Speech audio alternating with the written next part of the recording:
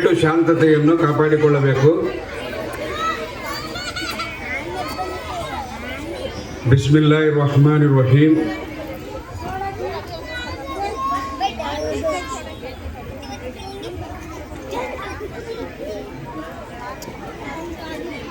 ಅಲ್ಲದಿ ಖಲಕಕ ಫಸವ್ವಾಕ ಫಅದಲಕ.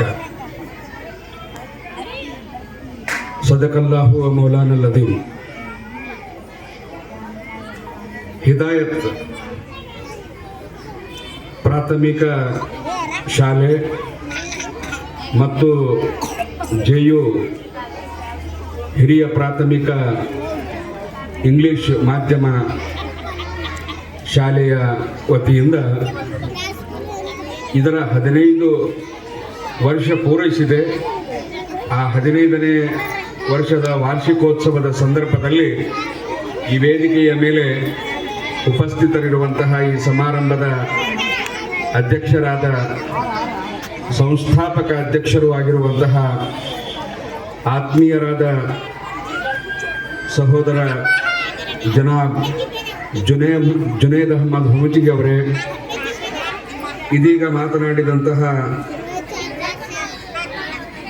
Anglo Urdu high school ಇದರ ಚೇರ್ಮನ್ನರಾದ S ಹುಮಚಿಗೆ ಅವರೇ, ಜಮಾತೆ ಇಸ್ಲಾಮಿ ಹಿಂದ್ ವಲಯ ಸಂಚಾಲಕರಾದಂತಹ ಈ ಸಂಸ್ಥೆಯ ಕಾರ್ಯದರ್ಶಿಗಳು ಆಗಿರುವಂತಹ ಜನಾಬ್ ಕಿಯಾಯಿ ಶೇಖ್ ಸಾಹೇಬರೇ, ಸನ್ಮಾನ್ಯ ಶ್ರೀ MS ಸಿನ್ನೂರ್ ಅವರೇ, ಹಾಗೂ ಈ ಶಾಲೆಯ ಮುಖ್ಯ ಗುರುಗಳು, ಸಿಬ್ಬಂದಿ ವರ್ಗ ಮತ್ತು ಇವತ್ತಿನ ಮಕ್ಕಳ ಚಟುವಟಿಕೆಗಳನ್ನು ನೋಡಲಿಕ್ಕಾಗಿ ಆಗಮಿಸಿದಂತಹ ಎಲ್ಲ ಗೌರವಾನ್ವಿತ ತಾಯಂದಿರಲ್ಲಿ, ಸಹೋದರಿಯರಲ್ಲಿ ನನ್ನ ಆತ್ಮೀಯವಾದ ಸಲಾಮುಗಳು. ಎಲ್ಲರೂ ತಮ್ಮ ಮುಂದೆ ಹೇಳಿದಂತೆ ನಾನು ಕೂಡ ತಮ್ಮೆಲ್ಲರ ನಿರೀಕ್ಷೆ ಏನಿದೆ, ಆ ಮಕ್ಕಳ ಸಾಂಸ್ಕೃತಿಕ ಕಾರ್ಯಕ್ರಮಗಳನ್ನು ನೋಡಬೇಕು ಅಂತ. ಅದಕ್ಕೆ ನಾನು ಹೆಚ್ಚು ಮಾತನಾಡದೆ ಇದೀಗ ನಮ್ಮ ನಿವೃತ್ತ DDPI ಸಾಹೇಬರಾಗಲಿ, ಆನಂತರ BRC ಅವರಾಗಲಿ ಮತ್ತು ನಮ್ಮ SS ಹುಮಚಿಗೆ ಅವರು ಸಂಸ್ಥಾಪಕ ಅಧ್ಯಕ್ಷರು ಜುನೇದ್ ಅಹಮದ್ ಸಾಹೇಬರಿಗೆ ಅಭಿನಂದನೆಗಳನ್ನು ಸಲ್ಲಿಸುತ್ತೇನೆ. ಯಾಕೆ, ಒಂದು ಮಹಾನ್ ಕೆಲಸ ಶಿಕ್ಷಣ ಕ್ಷೇತ್ರದಲ್ಲಿ. ಅವರ ಮಾರ್ಗ ಬೇರೆ, ಆದರೆ ಈ ರಂಗದಲ್ಲಿ ಮಕ್ಕಳಿಗೆ ಶಿಕ್ಷಣ ನೀಡುವುದು ಮಾತ್ರ ಅಲ್ಲ, ಅದರ ಜೊತೆಗೆ ಸಂಸ್ಕಾರ ನೀಡುವಂತಹ ಕೆಲಸ ಆಗಬೇಕು ಎನ್ನುವಂತಹದ್ದು ಈ ಪ್ರೈಮರಿ ಮತ್ತು ಹೈಸ್ಕೂಲಿನ ಉದ್ದೇಶ. ದಯವಿಟ್ಟು ತಾಯಂದಿರು ಮಾತನಾಡಬಾರದು. ನಿನ್ನೆ ಅಥವಾ ಮೊನ್ನೆಯ ಪತ್ರಿಕೆಯಲ್ಲಿ ತಾವು ನೋಡಿರಬಹುದು, ಒಬ್ಬ ಮಗ ಆನಂತರ ನಮ್ಮ ದೇಶದಲ್ಲಿ ಏನೆಲ್ಲ ಹೆಚ್ಚಿನ ಅಪರಾಧಗಳು, ಅನಾಹುತಗಳು, ಅತ್ಯಾಚಾರಗಳು, ಭ್ರಷ್ಟಾಚಾರಗಳು ನಡೆಯುತ್ತಿವೆ, ಅದರಲ್ಲಿ ಹೆಚ್ಚಿನವರು ಶಾಲೆ ಕಲಿತವರು, ಶಿಕ್ಷಣ ಕಲಿತವರೇ ಎನ್ನುವಂತಹದ್ದು ಬಹಳ ಆಘಾತಕಾರಿ, ಅಪಾಯಕಾರಿಯಾದಂತಹ ಒಂದು ಅಂಶ. ಅದಕ್ಕೆ ಶಾಲೆ ತೆಗೆದು ಮಕ್ಕಳಿಗೆ ಅಕ್ಷರ ನೀಡಿದರೆ ಸಾಲುವುದಿಲ್ಲ. ಅಕ್ಷರ ಕಲಿತವನು ಡಾಕ್ಟರ್ ಆಗಬಹುದು, ಇಂಜಿನಿಯರ್ ಆಗಬಹುದು, IAS ಆಗಬಹುದು, IPS ಆಗಬಹುದು, ಬೇಕಾದಾಗಬಹುದು.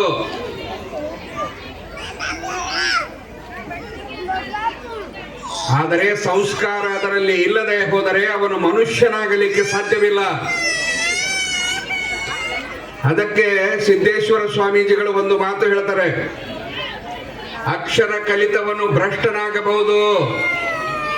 ನಮ್ಮ ಮಕ್ಕಳು ಶಾಲೆ ಕಲಿತಾ ಇದ್ದಾರೆ, ರ್ಯಾಂಕ್ ಬರ್ತಾ ಇದ್ದಾರೆ ಅಂತ ಹೇಳಿ ನಾವು ಅಭಿಮಾನ ಪಟ್ಟುಕೊಳ್ಳುವಂತಹ ಕಾಲ ಅಲ್ಲ ಇದು. ಒಬ್ಬ ಅಕ್ಷರ ಕಲಿತವನೇ ಇವತ್ತು ಜಾತಿವಾದಿ ಆಗ್ತಾ ಇದ್ದಾನೆ.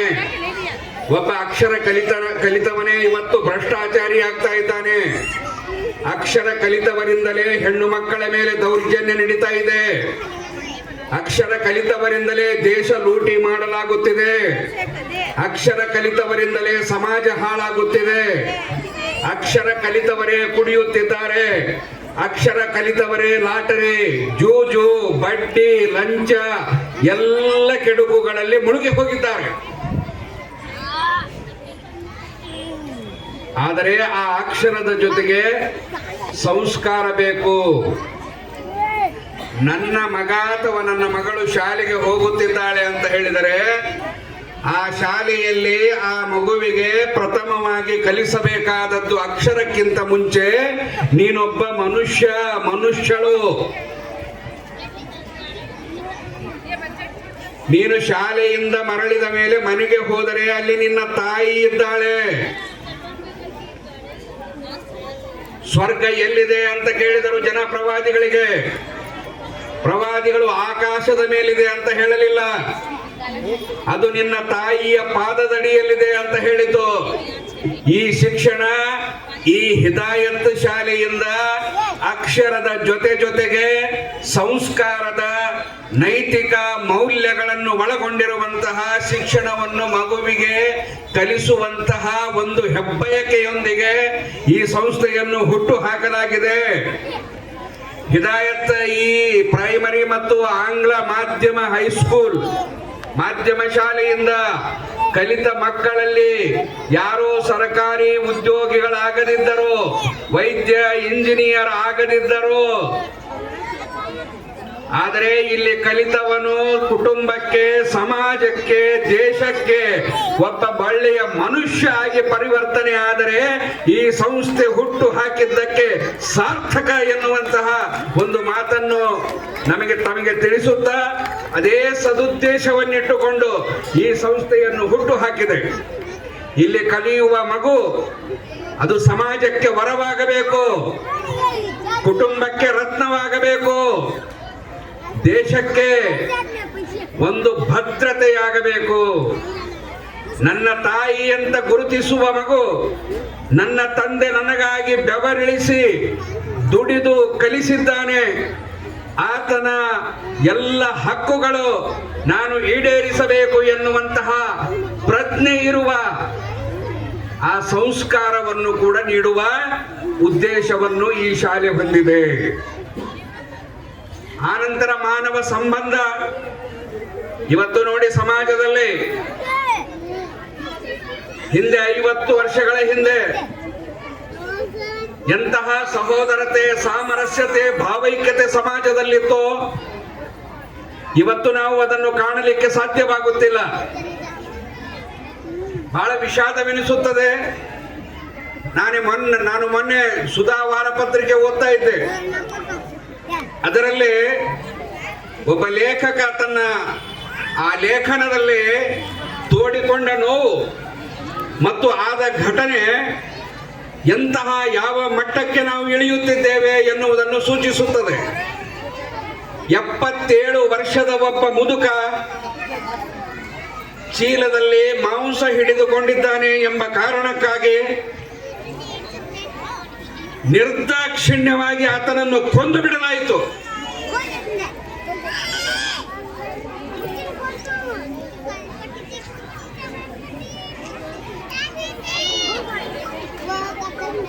ಮನುಷ್ಯತ್ವ ಸತ್ತು ಹೋಗುತ್ತಿದೆ. ಮನುಷ್ಯರನ್ನು ಜಾತಿಯಿಂದ, ಅವರು ತಿನ್ನುವ ಆಹಾರದಿಂದ, ಅವರು ಉಡುವ ಬಟ್ಟೆಯಿಂದ ಅಳೆಯಲಾಗ್ತಾ ಇದೆ ಮನುಷ್ಯನನ್ನು.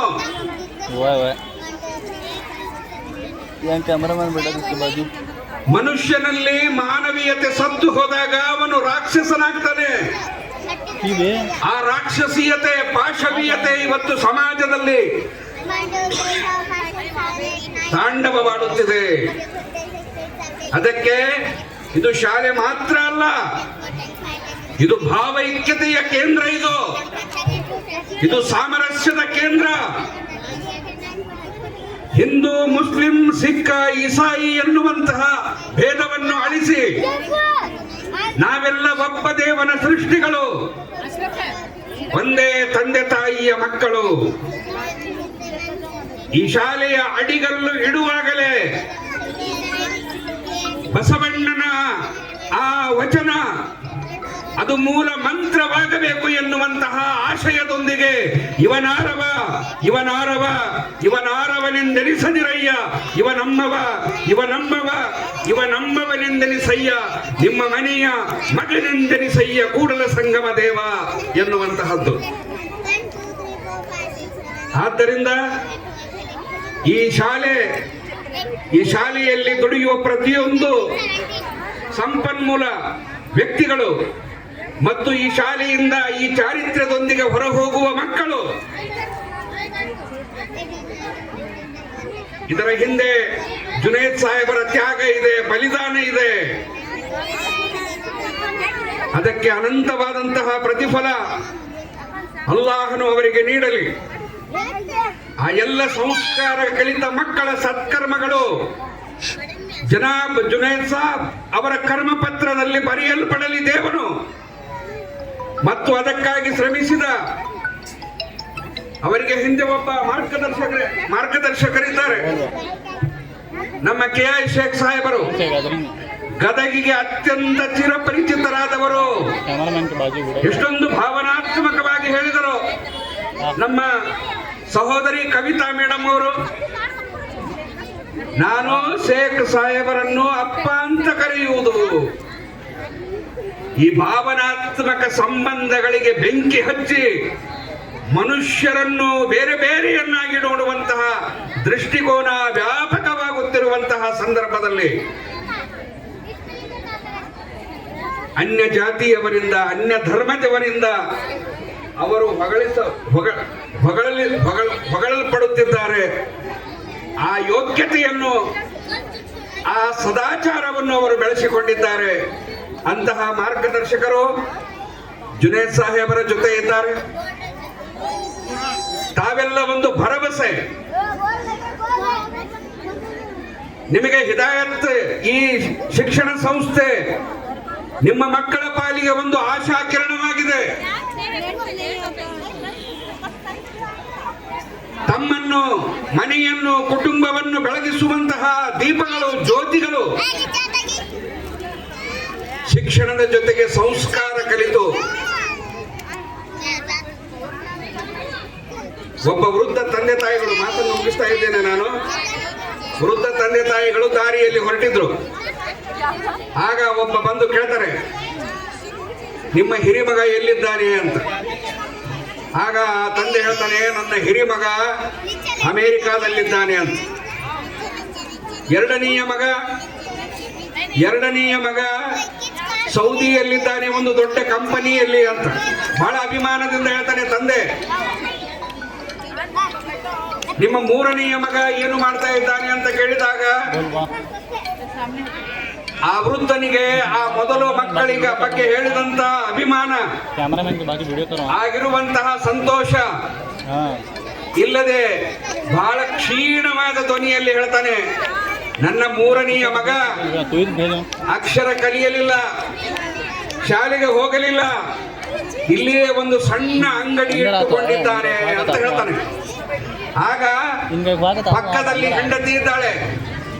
ಆ ಹೆಂಡತಿ ಹೇಳ್ತಾಳೆ, ಅಮೆರಿಕಾದಲ್ಲಿದ್ದ ನನ್ನ ಮಗ ತನ್ನ ಹೆಂಡತಿ ಮಕ್ಕಳ ಜೊತೆ ಮಾತ್ರ ಸಂತೋಷದಲ್ಲಿದ್ದಾನೆ. ಸೌದಿಯಲ್ಲಿ ಇರುವ ಮಗ ಅವನು ಕೂಡ ದೊಡ್ಡ ಕಂಪನಿಯಲ್ಲಿದ್ದು ತನ್ನ ಹೆಂಡತಿ ಮಕ್ಕಳ ಜೊತೆಗಿದ್ದಾನೆ. ನಾವೆಲ್ಲ ಇವರಿಗೆ ರಕ್ತ ಬೆವರು ಒಂದಾಗುವಷ್ಟರ ಮಟ್ಟಿಗೆ ಶ್ರಮ ವಹಿಸಿ ಕಲಿಸಿ ಇವತ್ತು ನಮ್ಮ ಪಾಲಿಗೆ ಅವರು ಬಹಳ ದೂರ ಇದ್ದಾರೆ. ಆದರೆ ಅಕ್ಷರ ಕಲಿಯದೆ ಇಲ್ಲಿಯೇ ಒಂದು ಅಂಗಡಿ ಇಟ್ಟುಕೊಂಡು ಬದುಕುತ್ತಿರುವಾಗ ಮಗ ನಮ್ಮ ಜೊತೆ ಇದ್ದಾನೆ ಎಂಬ ಕಾರಣಕ್ಕಾಗಿ ನಾವಿಬ್ಬರು ಜೀವಂತವಿದ್ದೇವೆ. ಯಾಕೆ ಅಂತ ಹೇಳಿದರೆ ನಮಗೆ ಸರಿಯಾಗಿ ಆಸ್ಪತ್ರೆಗೆ ಕರೆದುಕೊಂಡು ಹೋಗ್ತಾನೆ, ಸರಿಯಾದ ಸಮಯಕ್ಕೆ ಬಂದು ಔಷಧಿ ಕೊಡ್ತಾನೆ, ನಮ್ಮನ್ನು ಉಪಚರಿಸುತ್ತಾನೆ, ನಮ್ಮ ಸೇವೆ ಮಾಡುತ್ತಾನೆ ಅಂತ ಹೇಳಿದಾಗ ನಾವು ಯೋಚಿಸುವಂತಹ ಒಂದು ಅಗತ್ಯ ಇದೆ. ಶಿಕ್ಷಣದ ಜೊತೆ ಸಂಸ್ಕಾರ ಇದ್ದರೆ ಹೆತ್ತ ತಂದೆ ತಾಯಿಗಳನ್ನು ವೃದ್ಧಾಶ್ರಮದಲ್ಲಿ ಬಿಟ್ಟು ಬದುಕಲಿಕ್ಕೆ ಮಕ್ಕಳಿಗೆ ಸಾಧ್ಯವಾಗುತ್ತಿರಲಿಲ್ಲ. ಇವತ್ತು ಆ ಒಂದು ಸಮಾಜವನ್ನು ನಾವು ನೋಡ್ತಾ ಇದ್ದೇವೆ. ಅದಕ್ಕಾಗಿ ಜಾತಿವಾದ, ಭ್ರಷ್ಟಾಚಾರ, ಎಲ್ಲ ರೀತಿಯ ಅನಾಚಾರಗಳು, ಧರ್ಮ, ಜಾತಿ, ಮತ, ಪಂಥಗಳ ಭೇದವನ್ನು ಮರೆತು ನಾವೆಲ್ಲ ಮನುಷ್ಯರು ಎನ್ನುವಂತಹ ಆ ದೃಷ್ಟಿಕೋನದೊಂದಿಗೆ ಬದಲಾಗಲಿಕ್ಕೆ ನಮಗೆ ಈ ಅಕ್ಷರ ಸಹಾಯಕವಾಗಬೇಕು ಹೊರತು ಈ ಅಕ್ಷರ ನಮ್ಮನ್ನು ಭ್ರಷ್ಟಾಚಾರಿಯನ್ನಾಗಿ ಮಾಡಲಿಕ್ಕೆ ಸಾಧ್ಯ ಆಗಬಾರದು. ಏನೋ ಒಂದು ಮಾತು ನನಗೆ ಬಹಳ ಸ್ಫುಟವಾಗಿ ನೆನಪಾಗ್ತಾ ಇತ್ತು, ಆದರೆ ಅದು ಮತ್ತೆ ಜ್ಞಾಪಕಕ್ಕೆ ಬರ್ತಾ ಇಲ್ಲ. ಇರಲಿ, ಸಮಯದ ಅಭಾವ ಕೂಡ. ತಾವೆಲ್ಲ ಮಕ್ಕಳ ಸಾಂಸ್ಕೃತಿಕ ಕಾರ್ಯಕ್ರಮಗಳನ್ನು ನೋಡಲಿಕ್ಕೆ ಬಂದಿದ್ದೀರಿ. ಹಿಂದೂ ಧರ್ಮದ ಮೌಲ್ಯಗಳನ್ನು, ಇಸ್ಲಾಂ ಧರ್ಮದ ಮೌಲ್ಯಗಳನ್ನು, ಇಲ್ಲಿರುವಂತಹ ಕ್ರೈಸ್ತ, ಬೌದ್ಧ, ಜೈನ ಧರ್ಮದ ಮೌಲ್ಯಗಳನ್ನು, ಆ ಎಲ್ಲ ಧರ್ಮಗಳಲ್ಲಿರುವಂತಹ ಸಮಾನ ಅಂಶಗಳನ್ನು ಕೂಡ ಪಾಠದ ಜೊತೆಗೆ ಮಕ್ಕಳಿಗೆ ಬೋಧಿಸಿ ಮಕ್ಕಳ ಮನಸ್ಸಿನಲ್ಲಿ ಪರಸ್ಪರ ಭಾವೈಕ್ಯತೆಯ ಬೀಜವನ್ನು ಬಿತ್ತುವಂತಹ ಕೆಲಸ 15 ವರ್ಷಗಳಿಂದ ಈ ಸಂಸ್ಥೆ ಮಾಡುತ್ತಿದೆ.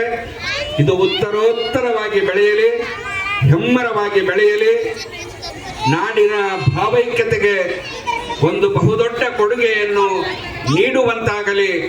ಬಸವ ಹುಟ್ಟಿದ ನಾಡಿನಲ್ಲಿ, ಬಸವ ನಡೆದಾಡಿದ ನಾಡಿನಲ್ಲಿ, ಬಸವನುಸಿರಾಡಿದ ನಾಡಿನಲ್ಲಿ ಜಾತೀಯತೆ ನಿರ್ಮೂಲನೆಯಾಗಲಿಕ್ಕೆ ಈ ಶಿಕ್ಷಣ ಸಂಸ್ಥೆ ತನ್ನದೇ ಆದಂತಹ ಒಂದು ಕೊಡುಗೆಯನ್ನು ನೀಡಲಿಕ್ಕೆ ಇದಕ್ಕೆ ಸಾಧ್ಯವಾಗಲಿ ಎನ್ನುವಂತಹ ಕೆಲವು ಶುಭಾಶಯಗಳನ್ನು ತಮ್ಮ ಮುಂದೆ ಹೇಳುತ್ತಾ ಕೊನೆಯದಾಗಿ ಒಂದು ಮಾತು ನಾನು ಹೇಳುತ್ತೇನೆ. ಇಲ್ಲಿ ನಾವೆಲ್ಲ ಬಯಸಿ ಬಂದವರಲ್ಲ, ನಮ್ಮನ್ನು ದೇವರು ಸೃಷ್ಟಿಸಿದ್ದಾನೆ. ಯಾಕೆ ಅಂತ ಹೇಳಿದರೆ ಒಬ್ಬರು ಇನ್ನೊಬ್ಬರಿಗೆ ತೊಂದರೆ ಕೊಡಲಿಕ್ಕಲ್ಲ. ಅಲ್ಲದೇ ಖಲಕಲ್ ಮೌತವಲ್ಲ ಹಯಾತ ಲಿಯಬ್ಲುವಕುಂ ಅಯ್ಯುಕುಂ ಅಹ್ಸನು ಅಮಲ. ದೇವರು ಹೇಳುತ್ತಾನೆ, ನಾವು ನಿಮ್ಮನ್ನೆಲ್ಲ ಸೃಷ್ಟಿಸಿದ್ದೇವೆ, ಆ ಪೈಕಿ ಯಾರು ಉತ್ತಮವಾದ ಕರ್ಮಗಳನ್ನು ನೀವು ಮಾಡುತ್ತೀರಿ ಎಂಬುದನ್ನು ಪರೀಕ್ಷಿಸಲಿಕ್ಕಾಗಿ.